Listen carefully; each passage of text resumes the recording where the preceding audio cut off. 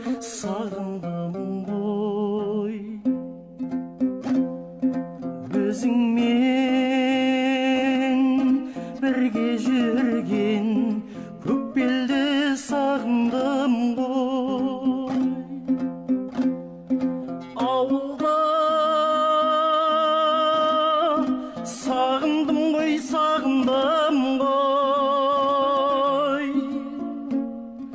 бауырда сағындым ғой ауылды сағындым ғой сағындым ғой.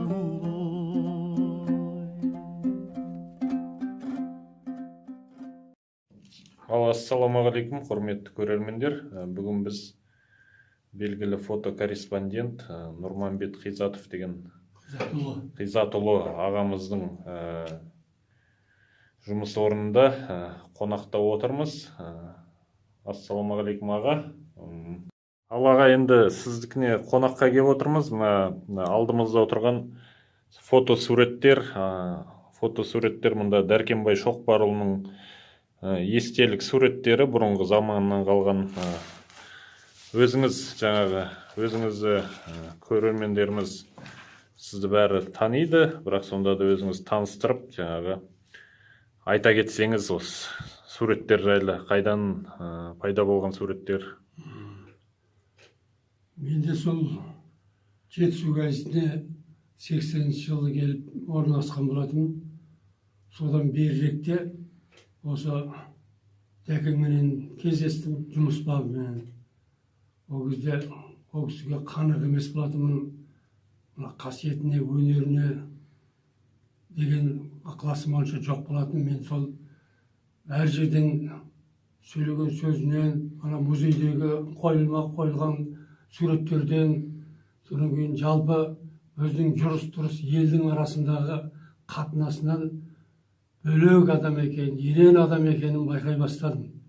Біз әлгі біреулер айтады ғой, суретші деген сол бір дүниелерді көшіріп алып, сол көрсете салады деп. Жоқ, олай айтуға онда қателеседі ел. Біз көрген нәрсемізді көркемдік жағын көрсетуге, оған көрік беруге, өзіміз композиция жасауға, өзіміз оған кәдімгідей рең беруге жасап барып, содан кейін ұсынамыз елге. Сондай көріп іздеп жүрген дүниемнің біреуі осы Дәкең болатын, Шоқпарұлы. Оның талант екенін, оның ерекше тұлға екенін, оның дарын екенін, сол өзінің қол өнерлерін көре жүре, біле жүре әбден қанықтым. Оның әсіресе мына үлкен бір тойы өтті. Сол ауылдағы тұрған жеріне көшенің атын берді. Сонда жиылған ел, сүйсінген ел, кімге деген, Дәкеңе деген елдің ықыласы, қатты ризалығымызды сезіндірді. Дәкең шынында да бір туар тұлға екенін кейін білдік. Әрине айтады ғой, жорғаның жақсысы желгенше, адамның жақсысы өлгенше дейді. Әттең сондай бір өкінетін мінезіміз бар. Өзіміздің жақсының жақсы кезінде онша ілтипатқа, оншалық атаққа, марапатқа жолата бермейтін, қақпалай беретін қасиеттер де бар. Сол жағынан да кішкене кешіккен жағдайлар да бар, атақ, даңқ, марапатынан. Әйтпесе, осы Дәкеңмен, Дәркембайменен тең түсетін, қатар шабатын қайраткерлерді мен өзім көрмедім. Мүмкін бар шығар басқа облыстарда.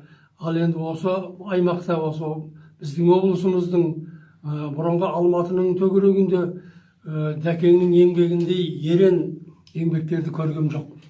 Оны асыра мақтау деп ойлаған, күмәні бар кісілер болатын болса, соның музейіне келіп, көшесіне келіп, ауыл аймағына келіп сұраса, ана Мұқағалиға кезінде бір журналистер сұрақ қойыпты ғой.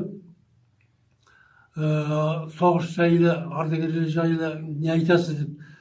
Ардагерлер жайлы, майдангерлер жайлы сол сояқтан тірі келген қарттардан сұра депті ғой. Сол сияқты әйтпесе Мұқағали өзі де айта салар еді ғой. Сондай жағдай болды, міне қазір осындай өмір сүріп жатыр деп. Жоқ, мен қанықтырып айта алмаймын ба, халқымнан сұра, қариялардан сұра деген екен. Сол сияқты Дәркембай Шоқпарұлының дара қасиетін білгісі келетін не болатын болса, оның музейіне барып көзін жеткізсін. Бұл жерде мақтайын деп отырған ештеңе жоқ. Мақтайтын дүниелер болсын, мақтамасқа шараң жоқ. Ал енді оған тағы да бір сүйсінетін нәрсем, сол артында қалған мұраға, оның қол өнеріне, оның сол өнердің өлмейтін қылып өрісін кеңітіп отырған балаларына да ризашылығымды білдіргім келеді. Ол тағы да бір өнерлерін қосып, мұражайын кеңітіп, шын мәнінде марқұм Дәкең армандап кеткен асыл армандарын сол балалары өшірмей қайта өсіріп, жап-жақсы дүниелер жасап отырғанына сүйсінесің. Бала айтады екен ғой, Аллам бала берсең сана бер, сана бермесең ала бер деп. Сол сияқты бала бергеннен кейін әкенің жолын қуса екен дейді.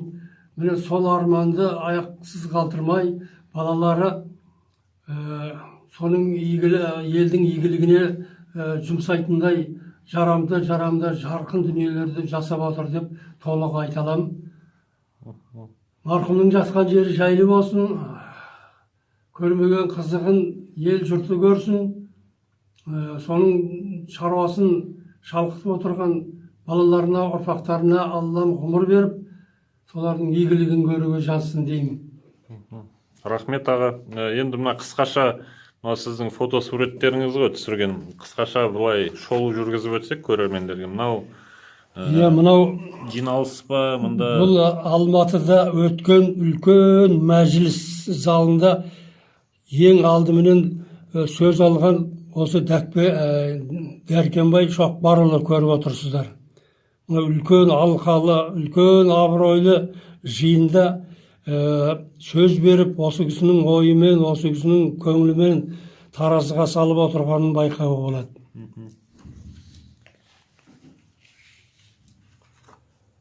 Мына өз әріптестерінің қол өнер дүниелерін бір көрмеге қойғанда, солармен бірге қатар тұрған суреті. Мына қасында тұрғанның бәрі де сол қол өнер азаматтары. Шәкірттері ғой. Шәкірттері. Мынау Дәкеңнің кейбір сәтте әңгімелескенде біреулерменен айызыңды қандырып, жай ғана аузыңды жыбырлатпайды, бүкіл денесімен, болмысымен актер болып, көктер болып осы айтысқа түсіп кететін сәтінің біреуі. Мынау соңғы қоңырау кезінде Дәкеңе гүл сыйлап тұрған мектеп оқушылары.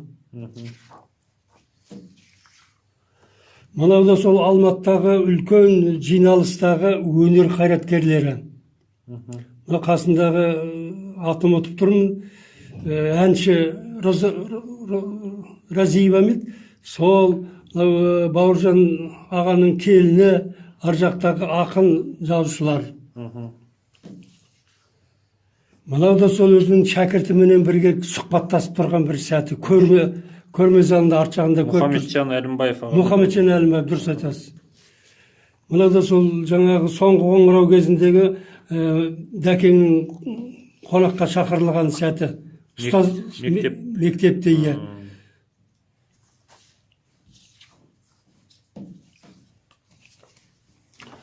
Мынау Талдықорған қаласындағы үлкен театрда Айнағұлова Ұлжанның концерті болды. Сонда сонау неден Ақшиден сол Талдықорғанға сол қарындасының намысын жыртып барған кезі.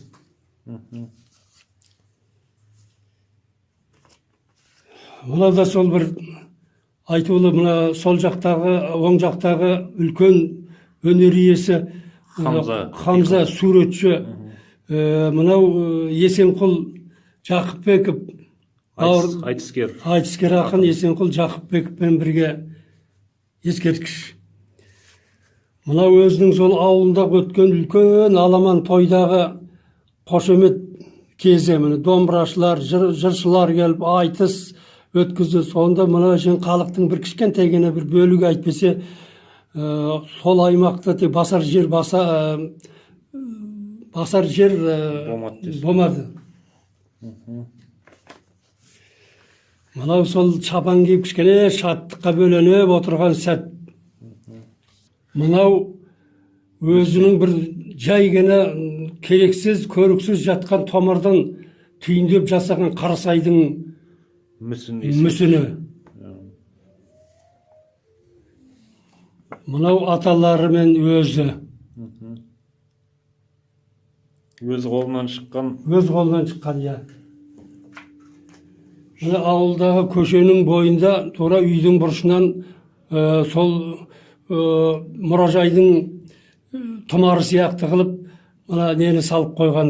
Текені. Үйткені өзі теке, Төлеміс елінің текесінен болады. Сондықтан да соны тұмар қылып отырған жері. Мынау сол Нарынқолда өткен үлкен тойдан кішкене бір сәт дамылдап, туған туысқанымен өзінің бала-шағасымен бір сәт дамылдап отырған сәт. Бөлмесінде осындай аталары бар екен, соны қойып қояды екен. Жамбыл атамыз. Жамбыл атам, Түктібай атам. Мына Мынау Қизат. Так, мына кісі Қонаев атамыз. Өзіңіз қасында, Иә. Мына кісі Түктібай. Түктібай бақсы. Біздің ауылдың адамы. Сүйінбай атам. Сүйінбай Аронұлы. Атаңыз, Иә, Қизат әкем менің. Bizim Қонаевтың Бақанаста өткен 80 жылдық тойында, 90 жылдық тойында түсірілген дүниелер ғой. Біраз неде қапта жатыр, көрме ұйымдастырам деген. Мына кім ғой? Майя Манезім. Майя Манезі. Біздің сал серілер ауылдағы. Қымбатты ауылдастар, қымбатты жерлестер, мен азды көпті Дәркембай Шоқпарұлының тірі кезінде араластым.